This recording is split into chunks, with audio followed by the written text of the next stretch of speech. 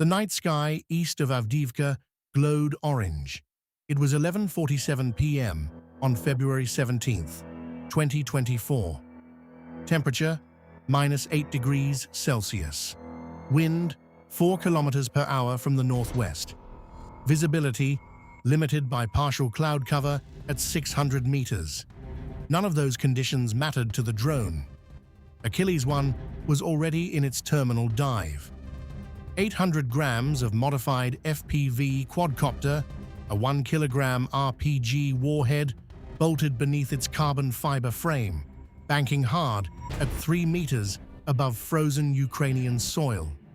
It had flown 3.4 kilometers through active electronic warfare jamming that had already destroyed 2 of its sister drones. It had crossed 1,200 meters of open ground with no natural cover. It had navigated through 3 Starlink relay handoffs in conditions that 6 weeks earlier would have been considered operationally impossible. Now, it was 7 seconds from impact. On the ground, 3.4 kilometers to the west, in the ruins of a residential building near Osheretine, a Ukrainian operator, known only by his call sign, Vulcan, watched 3 monitors, 1 controller. No margin for error. The center screen showed Achilles 1's forward camera feed. The Pantsir-S1 filled the frame. A $15 million Russian air defense system, dug into a revetment 6 kilometers east of Avdiivka, its 5.7E6 missile rack loaded and exposed to the night air. 12 surface-to-air missiles, sitting in the open. Because the crew believed that nothing on Earth could reach them. They were wrong. 7 seconds. Then, detonation. What followed in the next 53 seconds was the destruction of one of Russia's most capable battlefield air defense systems by a drone that cost less than $500. The fireball was visible from 12 kilometers away. A Shark reconnaissance UAV, orbiting at 1,800 meters, recorded every frame of it. The analysis that came out in the weeks after, from the Royal United Services Institute, from Ukrainian military documentation, from defense journalists who had covered the front for 2 years, concluded something that stopped the global defense community cold. This was the first verified operational defeat of a Pantsir-S1 system accomplished entirely by sub-$500 FPV munitions. Cost exchange ratio, 30,000 to 1. But the 53 seconds of footage was only the surface. A story had been building for weeks underneath it. Electronic warfare and its limits. Commercial satellite communications repurposed as a military relay chain. A Ukrainian software engineer in Dnipro working nights alongside a drone operator on the front line to solve a problem that no existing doctrine had anticipated. And a set of assumptions that Russia's air defense establishment had made. Assumptions that February 17th, 2024 proved catastrophically wrong. To understand what happened that night east of Avdiivka, you need to understand 3 things. What the Pantsir-S1 actually was, why it was considered untouchable, and what changed. The Pantsir-S1, designated by NATO as the SA-22 Greyhound, is a Russian self-propelled anti-aircraft weapon system that combines surface-to-air missiles and anti-aircraft artillery on a single-wheeled or tracked platform. KBP Instrument Design Bureau in Tula developed it in the 1990s as a short-range point defense weapon, intended to protect high-value ground assets from aircraft, helicopters, and, increasingly in the 21st century, cruise missiles and unmanned aerial vehicles. The system's capabilities are substantial. It carries 12 5.7E6 two-stage guided surface-to-air missiles, each approximately 3.2 meters in length, with an engagement range of up to 20 kilometers and a maximum target altitude of 15 kilometers. Alongside the missiles, 2 Two A38M twin-barrel autocannons fire 30mm rounds at a combined rate of 5,000 rounds per minute. The engagement radar uses millimeter-wave pulse Doppler technology capable of tracking targets at a range of 40 kilometers, supplemented by thermal imaging for passive detection in electronic silence. The engagement sequence, from radar target acquisition to missile launch, takes between 2 and 4 seconds. Against conventional drone threats operating at altitude, the Pantsir-S1 is extraordinarily effective. In the early phases of Russia's full-scale invasion of Ukraine, beginning in February 2022, Pantsir systems had proven themselves repeatedly against Ukraine's most capable aerial strike platform at the time, the Turkish-built Bayraktar TB2 combat drone. The Bayraktar weighs 650 kilograms, carries a wingspan of 12 meters, and cruises at altitudes between 5,000 and 7,000 meters. It is large. It is radar visible from 30 kilometers. And against a functioning Pantsir-S1 with clear skies and operational radar, it was increasingly vulnerable to interception. By late 2023, Bayraktar TB2 losses to Russian air defense, Pantsirs prominently among the responsible systems, had accumulated to the point where Ukraine was deploying its TB2 fleet more selectively. The aircraft were too expensive and too exposed to use freely against defended positions. The specific Pantsir-S1 deployed in a revetment 6 kilometers east of Avdiivka in early February 2024 represented that threat at its most concentrated. The vehicle arrived in theater on February 6, 2024. By February 10th, it had its first confirmed Bayraktar TB2 engagement. By February 17th, it had downed 3. Each Bayraktar is valued at approximately $5 million. 3 kills in 11 days, $15 million in Ukrainian airframes, not counting sensors, payloads, or the intelligence collection those platforms had been conducting.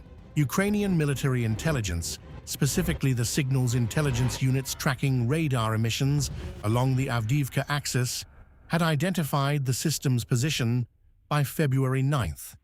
They had its coordinates to within 30 meters. They had the frequency range of its radar.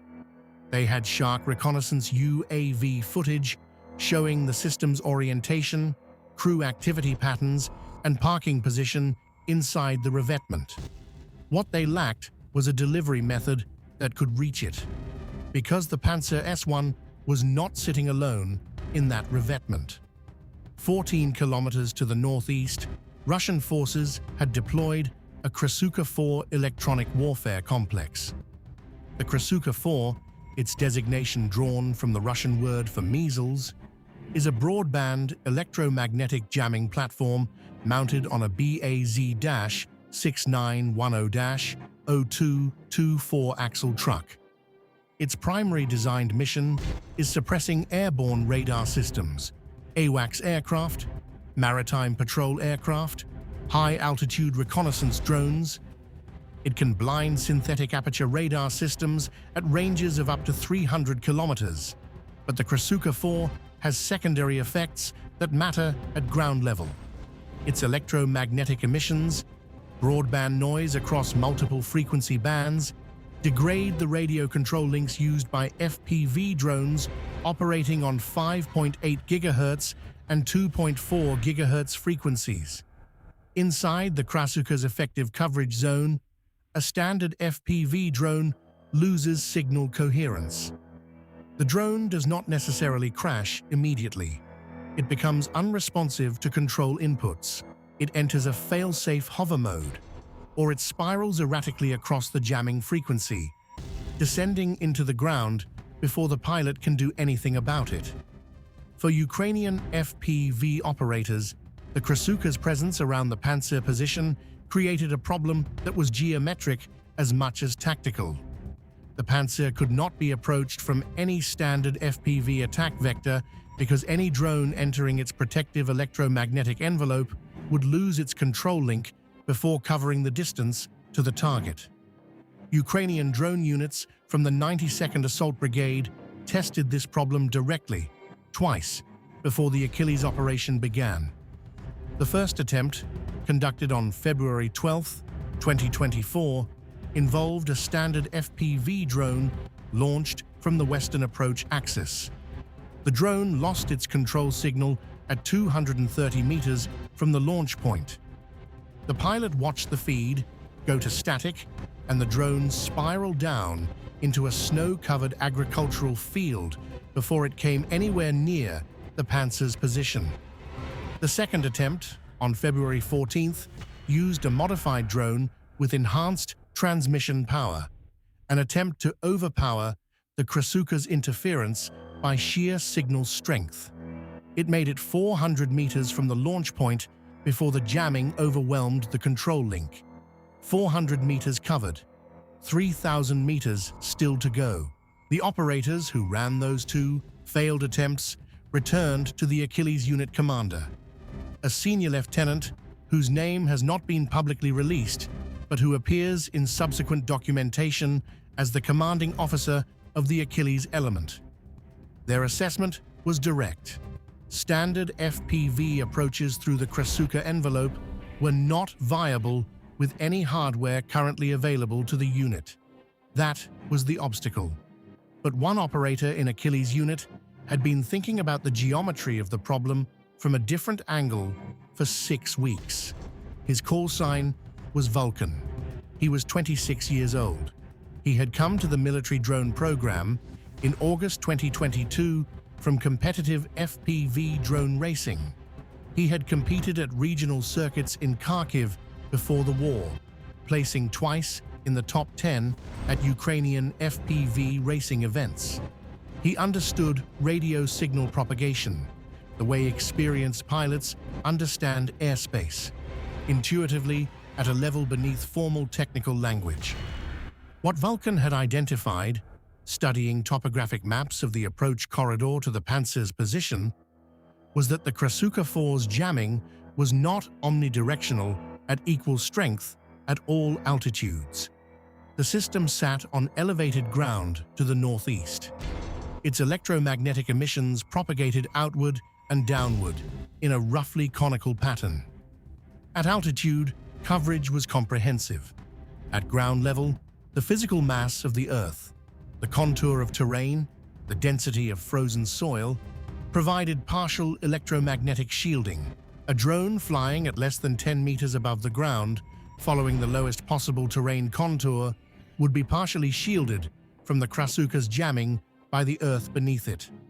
Not completely shielded, nothing would eliminate the interference entirely, but reduced. Enough, Vulcan calculated, to maintain marginal signal coherence if the transmission power was sufficient. The problem with marginal signal coherence across a 3.4-kilometer approach was that even with terrain shielding, a single control link would degrade beyond reliable range before the drone reached the target. Signal strength falls with the square of the distance. At 3.4 kilometers through active jamming, even at ground level, one control link was not enough. What Vulcan proposed was a relay chain. 3 commercial Starlink terminals, positioned at intervals along the approach corridor by Ukrainian infantry in covered positions, each running a custom mesh relay protocol. The protocol, which Vulcan had been developing for 6 weeks with the help of a software engineer from Dnipro who operated under the handle architect, would hand the drone's control signal from terminal to terminal as it advanced along the approach corridor. Terminal 1 would cover approximately the first 800 meters. Terminal 2, the second 800. Terminal 3, the final leg to within striking range of the target. The Starlink terminals themselves were not unusual in the Ukrainian military context. Starlink had been integrated into Ukrainian military communications architecture since early 2022, providing battlefield connectivity at an unprecedented level for a force of Ukraine's size. What was unusual, what had never been done at operational scale, was the mesh relay application, using sequenced commercial satellite terminals to maintain drone control link continuity through an active military jamming environment at low altitude. The relay handoff firmware that architect wrote ran on consumer-grade hardware. The code performed real-time signal quality monitoring on both terminals simultaneously, initiating a handoff when signal quality on the incoming terminal crossed a preset threshold, before the link actually dropped, rather than after. Early initiation was the key. If you waited for the signal to fail and then tried to pick it up on the next terminal, there was a gap window where the drone had no link and could spiral or enter failsafe. If you initiated the transfer while signal quality was degraded but not yet broken, continuity held through the transition. Reading through the available documentation on this protocol, what stands out is how deeply improvised it was. The terminals were the same Starlink dishes Ukrainian soldiers used for video calls home. The relay firmware was written by a civilian software engineer working from an apartment in Dnipro. The innovation was entirely in the software layer, and it had been tested on a short-range test course 3 times before the Achilles mission. Never at operational range, never against a live Krasuka jamming environment. February 17th, 2024 would be the first real test. The mission window was identified on February 15th, when Shark UAV surveillance confirmed the Pantsir remained in its revetment and had not moved since February 11th. Weather forecasting for the night of February 17th indicated partial cloud cover below 600 meters, limiting Russian aerial observation, expected to hold through midnight local time. The combination of a static target position and favorable weather gave the Achilles unit's commanding officer a window he assessed as optimal. The 4-drone wing for the Achilles operation was assembled and inspected on the afternoon of February 17th. Achilles 1 carried a modified warhead assembled from a repurposed RPG-7-shaped charge with additional fragmentation shielding, total explosive weight approximately 1 kilogram. Achilles 2 and Achilles 3 carried identical warhead configurations and were designated as redundancy. The second and third attempts, if the first drone failed to reach the target. Achilles 4 carried a lighter charge, designated for a follow-up strike on the Pantsir's power unit if the first 3 warheads failed to achieve total destruction of the turret assembly. The relay terminal deployment was assigned to infantry reconnaissance teams already operating along the approach corridor. 3 2-person teams, each team responsible for reaching its designated position, setting up the terminal, confirming link to the relay mesh, and reaching covered ground before the launch window opened. Team 1 made its position by 8:15 p.m. Terminal verified at 8:22 p.m. Team 2 reached position by 8:47 p.m. Terminal linked at 8:53 p.m. Team 3 ran into a serious problem. The third relay position, the terminal that would handle the final leg of the drone approach, positioned approximately 2,600 meters from the Pantsir, sat at the edge of a frozen agricultural field that Russian forces kept under intermittent observation. Getting there before dark was not possible. Getting there after dark meant crossing 400 meters of open ground with no natural cover, carrying a Starlink terminal and its power supply, while Russian forward observation posts had line of sight across most of the crossing. The 2-man team assigned to the third terminal, call signs Tur and Koval, waited in a covered tree line until 9:30 p.m. when Ukrainian forward observer reports indicated Russian observation activity in the sector had dropped off from its previous pattern.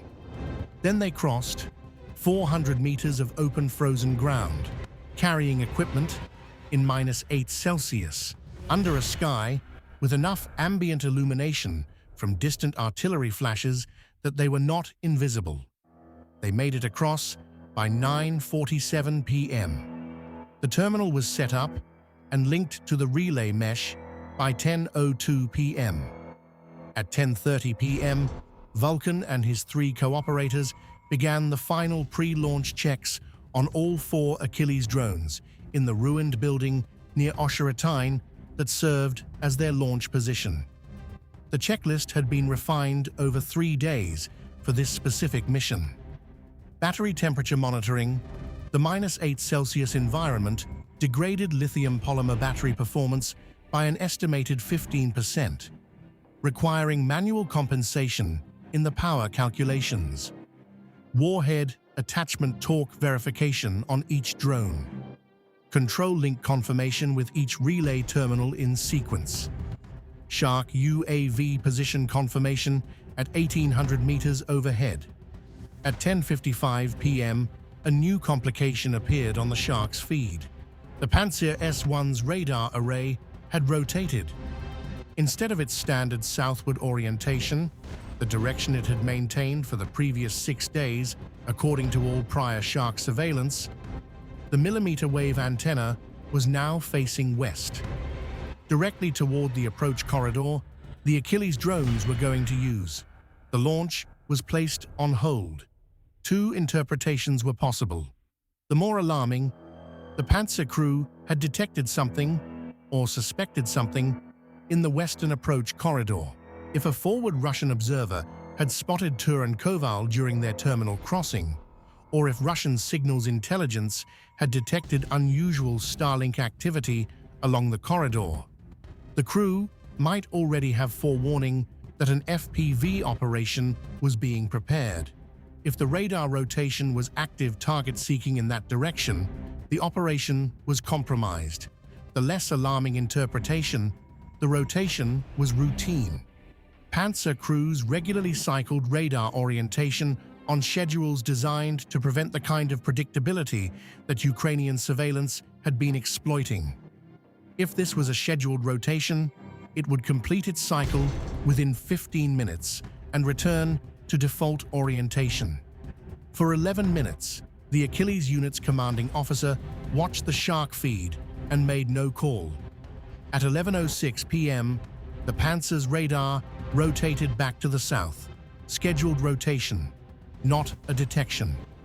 At 11:14 p.m., final launch authorization was transmitted. At 11:31 p.m., all 4 Achilles drones launched simultaneously from the ruined building near Vuhlehirsk. The first 50 seconds of flight were steady. All 4 drones held signal through the first relay terminal. They flew at 8 meters above frozen ground. Tracking the approach corridor Vulcan had mapped over 6 weeks of terrain analysis, speed controlled to maintain the low-altitude profile required for Krasuka shielding while keeping enough forward momentum for stable flight. The first Starlink relay handoff occurred at 800 meters. Smooth. Protocol latency, 1.1 seconds. At 11:33 p.m., 90 seconds after launch, Achilles 2 lost signal. The drone came down in a snow-covered field, 740 meters from the launch point. The failsafe engaged before impact and cut the motors, preventing warhead detonation. A controlled crash. No explosion. Just a drone lying in a Ukrainian field. Its mission ended 3 kilometers short of the target. 3 drones remaining. Achilles 3 made it past the first relay and crossed to the second. It reached 1,200 meters from the launch point before the Krasuka 4 performed what Vulcan would later identify in his after-action notes as a patrol sweep, a deliberate rotation of the jamming antenna to survey a wider frequency band across the coverage zone. The pulse hit Achilles 3 during its transition between the first and second relay terminals. The link dropped at 1,300 meters. The third drone down at 1,300 meters. 2,100 meters still between the last two drones and the target. Two drones remaining. The Shark UAV's thermal feed, orbiting at 1,800 meters, could not directly resolve the individual Achilles drones during their ground-hugging approach. At 3 to 8 meters above the frozen Earth, they fell below the sensor's effective resolution at that observation altitude. What the Shark could see, clearly and continuously, was the target, the Pantsir-S1, in its revetment, radar facing south, its crew going about their routines in a vehicle they believed was electromagnetically impregnable. Vulcan had Achilles 1 and Achilles 4. The two drones made the second relay handoff at approximately 1,900 meters from the launch point. The architect's protocol executed the transition in 1.2 seconds, faster than the 2-second design specification. Then, at approximately 2,200 meters, the third handoff to Tur and Koval's terminal, the furthest forward relay position, the last link in the chain. During the third handoff, something happened on Vulcan's feed that he would describe in his post-mission debrief as the worst moment of the operation.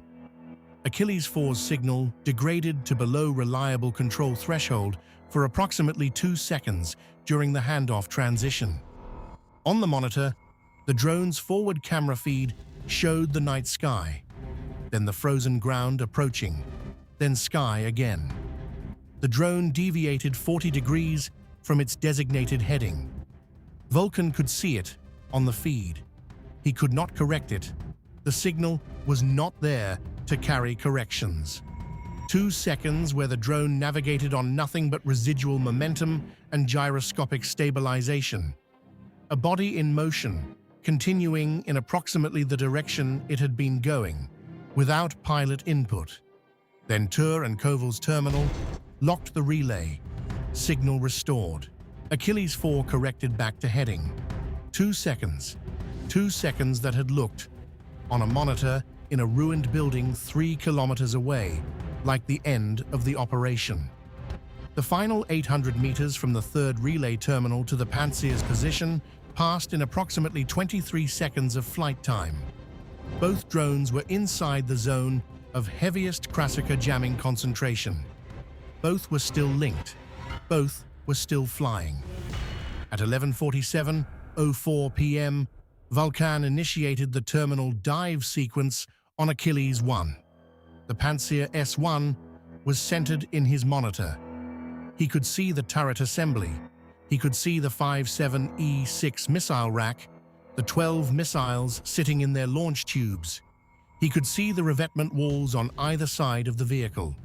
He pushed the control stick forward. Achilles 1 pitched into its dive at 140 kilometers per hour. The forward camera feed compressed the distance in real time. Frozen ground, then the revetment edge, then the Pantsir's hull filling the frame. 7 seconds from dive initiation to impact. At 11:47:11 p.m., the RPG warhead detonated against the left side of the Pantsir-S1's turret assembly, approximately 40 centimeters below the base of the 5.7E6 missile rack. The Shark UAV's thermal camera registered the initial detonation as a sharp white pulse against the cold thermal background of the frozen ground. A bright, contained flash, the warhead alone burning for a fraction of a second. Then, 0.8 seconds of silence on the thermal feed. Then the first 5.7E6 missile in the rack caught the heat from the initial detonation and detonated itself. A 5.7E6 missile contains approximately 9 kilograms of high explosive in its warhead and a substantial quantity of propellant in its 2-stage rocket motor. When the first missile detonated, it transferred heat and pressure to the second missile in the rack. The second detonated and transferred to the third.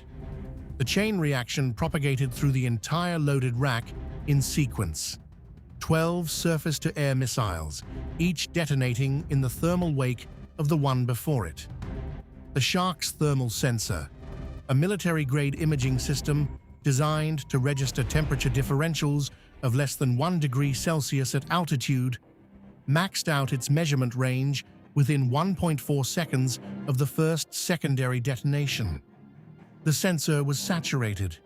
The temperature at the center of the fireball exceeded the system's measurement ceiling.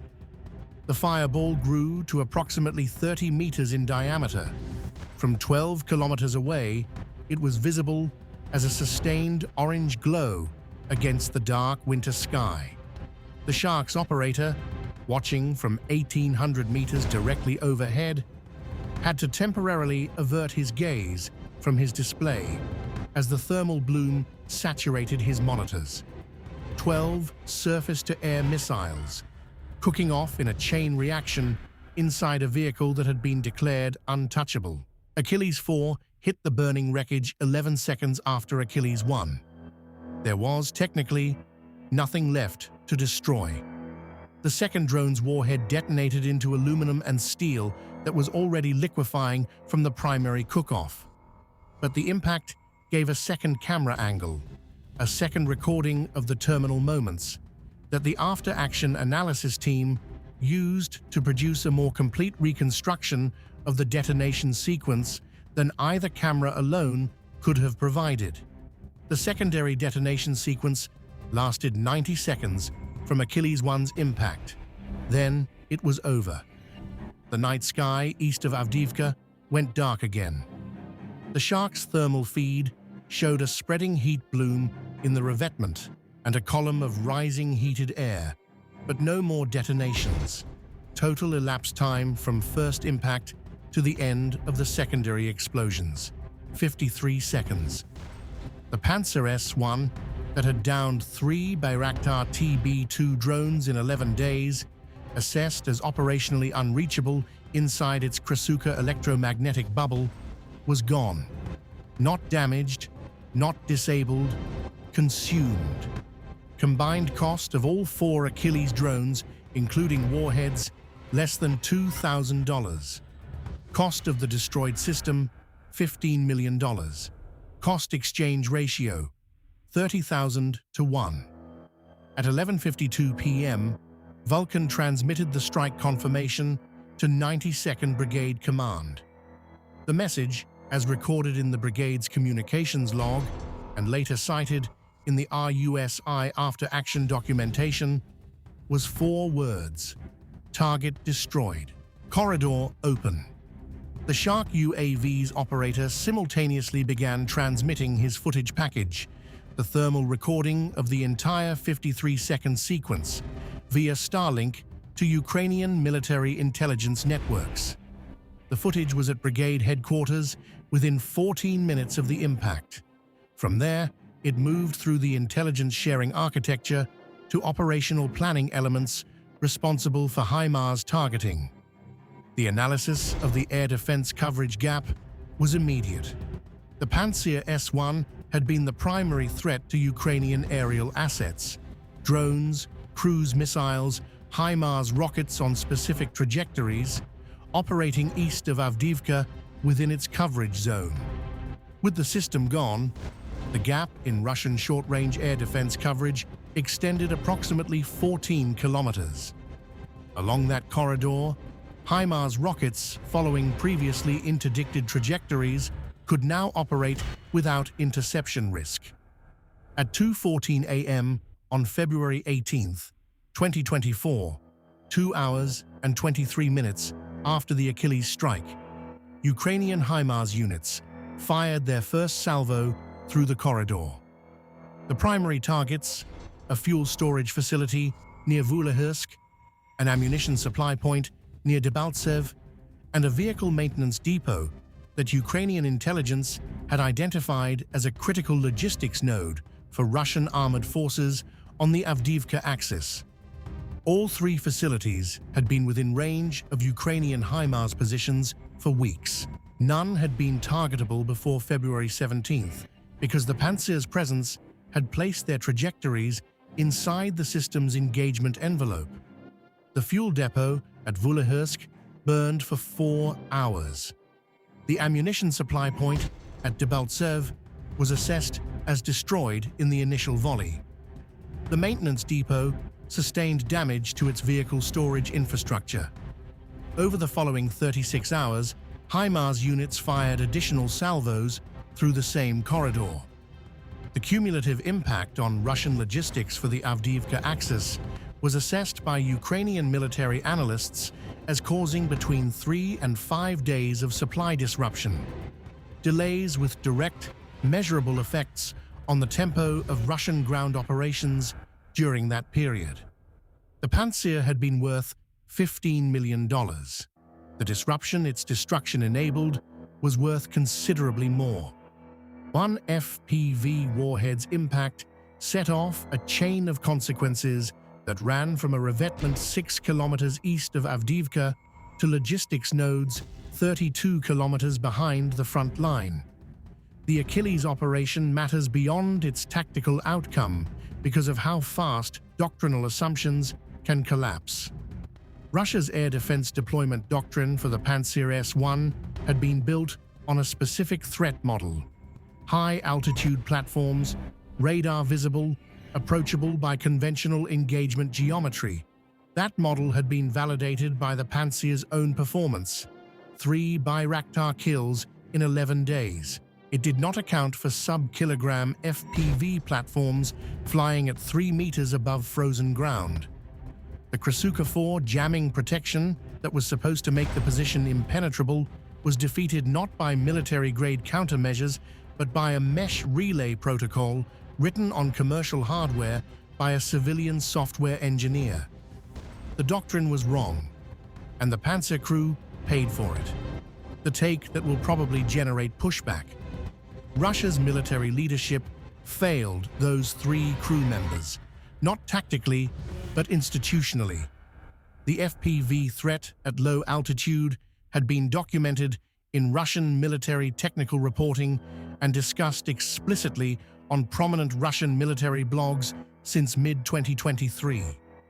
The question of whether existing EW jamming architecture was adequate against terrain-following FPV swarms was being asked publicly, in writing, in Russian-language defense analysis, for months before February 17th. Those warnings did not produce adequate doctrinal changes or updated deployment protocols for Pantsir systems. 3 soldiers died inside a vehicle their institutional hierarchy had told them was protected because the institution was slower to adapt than the threat was to evolve. That is not a technical failure. It is an organizational one. Institutions that fail to adapt are going to face the next generation of FPV innovation with the same structural vulnerability they faced at Avdiivka. Russian milblogger channels, the quasi-official networks that have become reliable early reporting sources for Russian military losses, confirmed the crew deaths within 4 hours of the February 17th strike. The information filtered through military communication networks before any official acknowledgement. Within the Russian information ecosystem, the loss was known. The tactical response, repositioning replacement air defense assets, adjusting screening protocols, counter-targeting relay infrastructure, did not materialize with the speed the situation demanded. The broader implications reached beyond the immediate tactical situation within roughly 3 weeks of the engagement. The Royal United Services Institute published its analysis in March 2024 under the title Sub-Threshold Systems and the Defeat of Layered Air Defense. The paper, authored by senior research fellow Justin Bronk, alongside drone warfare specialist Samuel Cranny Evans, traced the operational logic of the Achilles approach in systematic detail.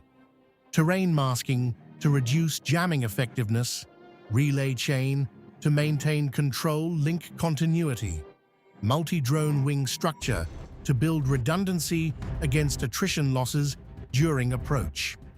Each element, taken individually, was not unprecedented. The specific combination, documented in operational conditions against a live Krasuka jamming environment, was a verified proof of concept. The report circulated through NATO staff colleges within 60 days of publication. Defense attachés from at least 7 NATO member states requested the full analysis through formal intelligence sharing channels. For air defense planners in multiple countries, the central question was concrete. If a $500 FPV drone operating with a commercial Starlink relay chain could defeat a Pantsir-S1, what did that mean for doctrine-assuming short-range point defense systems could reliably protect high-value ground assets from drone attacks? Most people assume the answer to drone swarm threats is more and better electronic warfare coverage. The Achilles engagement tells a different story. The Krasuka 4 deployed around that Pantsir position was not a second-tier system. It was one of Russia's most capable ground-based EW platforms. It failed because terrain masking at low altitude changed the electromagnetic geometry in ways the system's designers had not optimized against. Adding more power or more coverage area to the Krasuka 4 addresses an aerial threat. Against a 3-meter altitude ground-hugging approach combined with a relay chain that doesn't depend on signal traveling through the full jamming envelope, it addresses the wrong problem. The specific aftermath for the individuals who conducted the Achilles operation was in most cases deliberately obscured by Ukrainian operational security protocols. Vulcan received a formal commendation from 92nd Brigade Command following the operation. The specific content of any awards or details of subsequent assignments remain classified. He was known to be actively serving with Achilles unit through at least March 2024, the last date for which publicly available information confirms his operational status. After that, the record goes dark in the way Ukrainian military records for active drone operators typically go dark, deliberately by design to protect the individuals involved. Tur and Koval, the 2-man team that crossed 400 meters of open frozen ground to place the 3rd relay terminal under potential Russian observation, were cited specifically in internal 92nd Brigade documentation for their role in enabling the operation. The after-action review was explicit. Without the 3rd terminal in position, the relay chain would have broken at 2,600 meters from the target. Achilles 1 and Achilles 4 would have entered their approach without signal. They would almost certainly have gone dark before reaching striking distance of the Pantsir. The operation would have failed. The corridor would not have opened. The HIMARS strikes of February 18th would not have occurred. Tur and Koval made the difference. Their names are not in the RUSI report. They are in the brigade's internal documentation, and they are in the after-action review that became the basis for the formalized relay chain protocol. Architect, the software engineer from Dnipro who wrote the relay handoff firmware, was never publicly identified. His contribution exists in the public record only as a reference to civilian technical support. The protocol he developed was formalized as a classified tactical standard within Ukrainian drone units within 60 days of the operation. His code, running on commercial hardware, embedded in the doctrine of a conflict he was participating in from 400 kilometers from the front line. The Shark UAV and its operator, the footage recorded from 1,800 meters became, according to defense analysts who reviewed it, the most complete single thermal recording of an FPV drone defeat of a major air defense system produced to that point in the conflict. The operator's identity was not released publicly. The footage was. Ukrainian military communications released selected segments as part of their operational information program documenting drone warfare achievements. Consider a Russian air defense doctrine writer in March 2024 reading the RUSI report with full knowledge of what happened to the Pantsir east of Avdiivka. A $15 million system destroyed by a $500 drone. The technology that defeated the jamming protection is available at consumer prices. The entire fleet of forward-deployed Pantsir-S1 systems, approximately 40 systems actively deployed across the Ukrainian theater in early 2024, is now potentially vulnerable to variant approaches using the same methodology.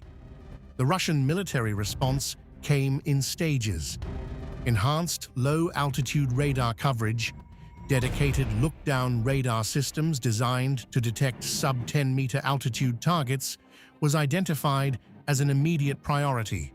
Physical protection upgrades were accelerated. Anti-drone netting around high-value air defense systems, tighter infantry screening, mandatory dispersal protocols requiring vehicle repositioning at intervals that denied persistent Ukrainian surveillance a static target. Russian forces also began actively targeting Ukrainian Starlink relay infrastructure in the aftermath of operations where relay chains had been detected. The three terminals that Tours and Koval's teams had positioned along the approach corridor were identified through post-strike signal analysis. Russian SIGINT teams could trace the relay chain's locations from the pattern of the Krasuka's interference data. All three terminal positions came under artillery fire within 90 minutes of the strike. By that time, the teams were already extracting. The relay infrastructure was mobile, cheap, and redeployable within hours. Russian counter-targeting of static relay positions was a partial solution at best. Would the doctrine have adapted faster, given what was publicly documented about the FPV threat? It is worth sitting with that question, because the answer says something about how military institutions process threat information that extends far beyond the Ukrainian conflict. The data was available, the warnings were written, the adaptation came too late. That pattern is not unique to Russia. It is endemic to large military organizations facing faster-moving innovation by smaller, more adaptive actors. The 60 days following the Achilles operation saw rapid institutional processing of the relay chain concept across Ukrainian drone units. The formalization process involved two parallel tracks. The technical track standardized the relay hardware into field kits assembled from consistent component specifications, specific Starlink terminal models, specific power supplies, specific protective packaging for cold weather operation, so that infantry teams deploying terminals in the field were working with equipment they had trained on. The training track developed deployment protocols for the infantry elements: how to choose relay positions, how to verify link quality, how to extract after the operation without triggering counter-battery targeting. By April 2024, relay chain-assisted FPV approaches had been attempted in at least 8 additional operations across multiple front sectors, according to defense reporting citing Ukrainian military sources. The success rate on those operations was not publicly disclosed.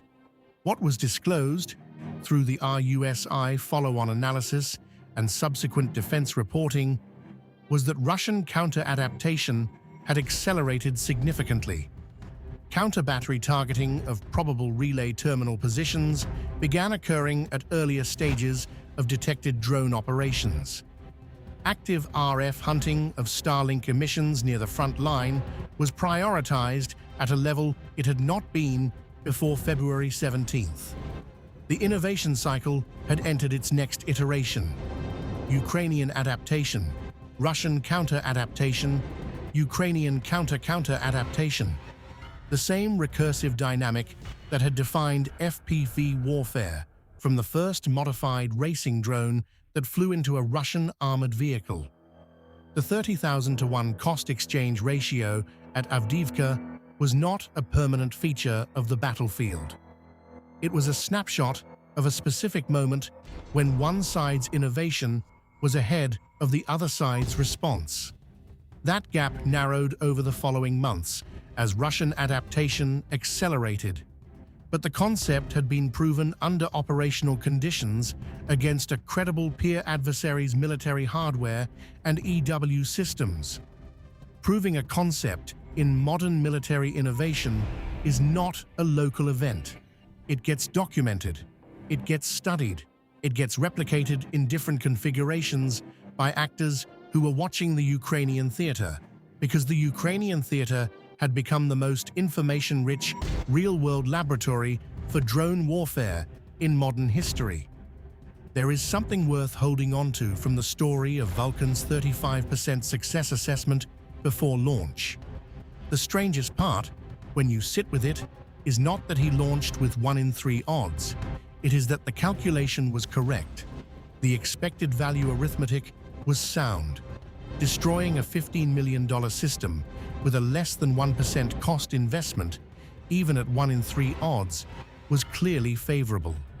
The decision to launch was not reckless, it was precise. Made in a ruined building at 11:31 p.m.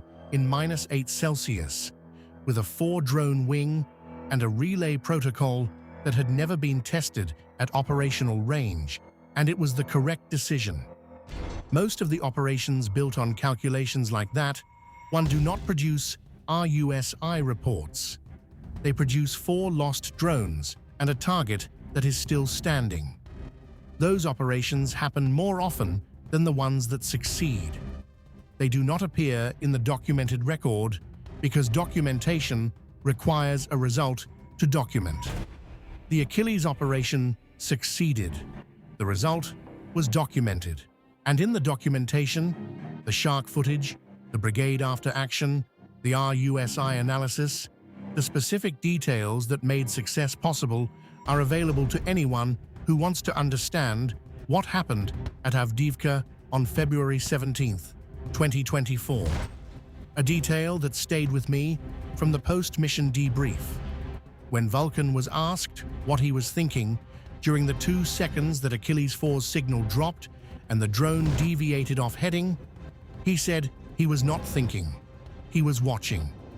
The action available to him, correction input, was not there during those 2 seconds. So he watched and waited. When the signal came back, he corrected, and then returned to watching Achilles 1's feed, because Achilles 1 was the primary, and it was still flying. 2 seconds of watching, while the outcome was out of his hands, and then back to work. That is a specific kind of discipline, not the dramatic heroism of the detonation footage. The quiet discipline of a skilled operator who had trained himself to do exactly what the situation required and nothing else. One element of this story is held back for a separate piece: the full technical specifications of the relay hardware architect assembled and the specific code architecture of the mesh handoff protocol. Drop relay in the comments if you want that deep dive. We read every comment, and enough responses will move it up the production queue. Achilles 1 and Achilles 4 flew into the record on February 17, 2024, at 11:47 p.m. east of Avdiivka. They cost less than $1,000 combined. They destroyed a system worth $15 million. They opened a corridor that HIMARS units tore through for 36 hours. They demonstrated a proof of concept, now embedded in the doctrine of drone warfare across every military institution taking this conflict seriously. 53 seconds. That is how long the secondary detonations lasted before the night sky east of Avdiivka went dark again. 53 seconds that rewrote the cost model for air defense suppression. 53 seconds that Moscow's defense establishment is still processing. 53 seconds that a RUSI report turned into required reading at NATO staff colleges within 60 days. The FPV revolution did not begin at Avdiivka. It will not end there. The Achilles operation is one frame in a longer film. The transformation of warfare by cheap, commercial, expendable technology in the hands of operators with the technical knowledge and tactical discipline to push that technology past every boundary the defenders had drawn around it. If this breakdown gave you context you didn't have before, subscribe to Drone Strike Files. We cover the operations, the hardware, the verified outcomes of the drone war, analysis behind the footage, documentation behind the claims, just the detailed record of how this conflict is actually being fought. New content every week. We'll see you on the next one.